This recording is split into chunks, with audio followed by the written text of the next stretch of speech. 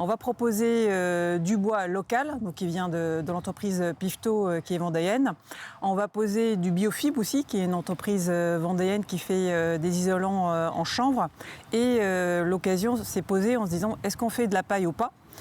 Sur ce sujet-là, on a anticipé, on s'est mis en relation avec le réseau national de la construction à paille, qui lui, du coup, dès le début du projet, il a fait des réunions avec les agriculteurs locaux pour les rassurer sur le projet, sur la possibilité de faire. L'idée du projet d'Esnay, c'était de pousser le curseur du bas carbone un peu plus loin que des projets classiques.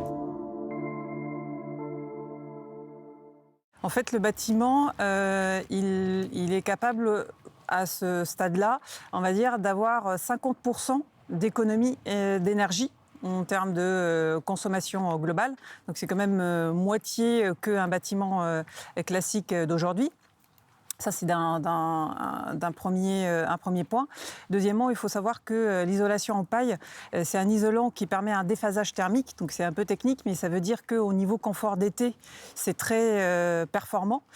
Ça remplace un petit peu l'inertie des bâtiments avec du béton. Et ce confort-là va être ressenti par les élèves et par aussi au niveau consommation énergétique, ça sera moins énergivore. Toutes les constructions neuves vont devoir faire un calcul de leur poids carbone. Ça, c'est dans un premier temps 2022. Et petit à petit, on va demander de baisser.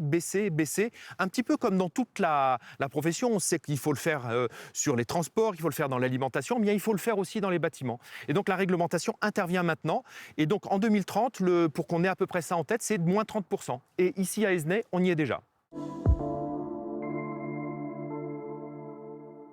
Ce qui est en train de se passer sur ce secteur est effectivement historique parce que c'est le premier lycée, bien évidemment, pour Esnay, qui va nous amener demain 3000 élèves sur l'ensemble de la ville, puisque le lycée va compter un peu plus de 800 élèves demain.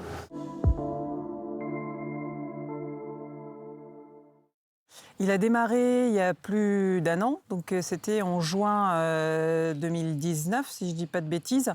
Le gymnase va être fini fin d'année et puis le lycée va être terminé normalement en juin 2022.